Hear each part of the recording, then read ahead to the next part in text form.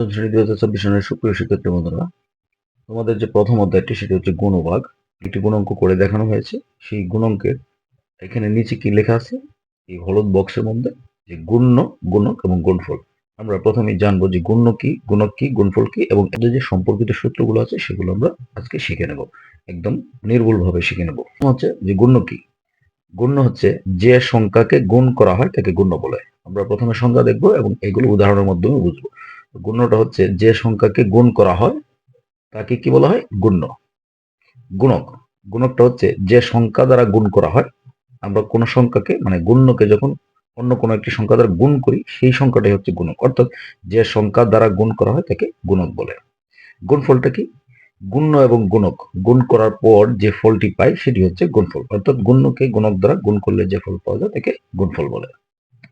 তাহলে গুণ্য, গুণক এবং গুণফলের মধ্যে সম্পর্ক সেটি কি? যে গুণ্যকে গুণক দ্বারা গুণ করলে আমরা কি পাই? গুণফল পাই। এটি হচ্ছে আমাদের মূল সূত্র। গুণ্য এবং গুণক গুণ করার পরে যে ফলটা হয় সেটার নাম হচ্ছে গুণফল। তাহলে গুণ্য আমরা কিভাবে পেতে পারি? গুণফলকে গুণক দ্বারা যদি ভাগ করে দিই, এই গুণ্যটা আমরা কিভাবে পাবো? যেহেতু গুণ্য এবং গুণক গুণ করলে গুণফল হয়, তাহলে এই যে কোনো একটির মান আমরা কিভাবে নির্ণয় করব? গুণফলকে অপরটি দ্বারা ভাগ করে দেব। তার মানে যখন আমরা গুণ্য নির্ণয় করব তখন গুণফলকে গুণক দ্বারা ভাগ করে দেব।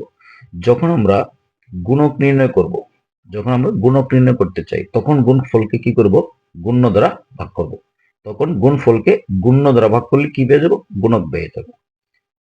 এগুলোকে আমরা প্রতীকের মাধ্যমে বুঝে নিতে পারি। কিভাবে?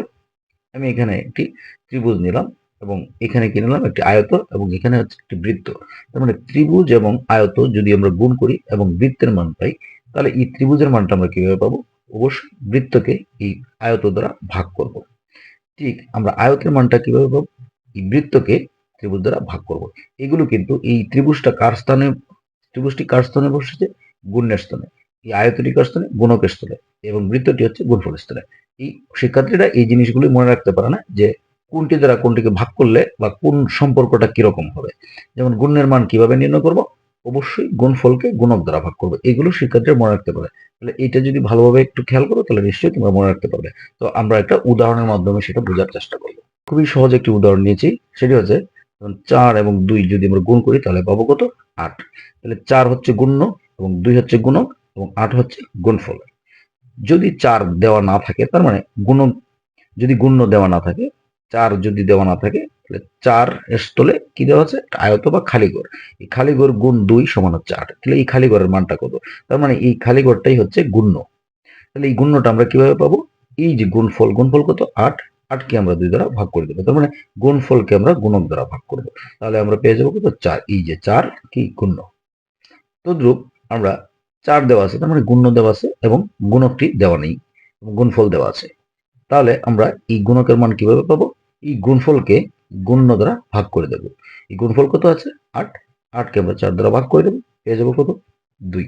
আর 2 কার মান ছিল? 2 মান ছিল গুণকের। আশা করি তোমরা বিষয়টি বুঝতে পেরেছো। যদি ভিডিওটি পুনরায় আবার টেনে দেখো বা ভালোভাবে খেয়াল করো তাহলে নিশ্চয়ই এ ধরনের সমস্যাগুলো তোমরা অনায়াসে করতে পারবে। ধন্যবাদ সবাইকে।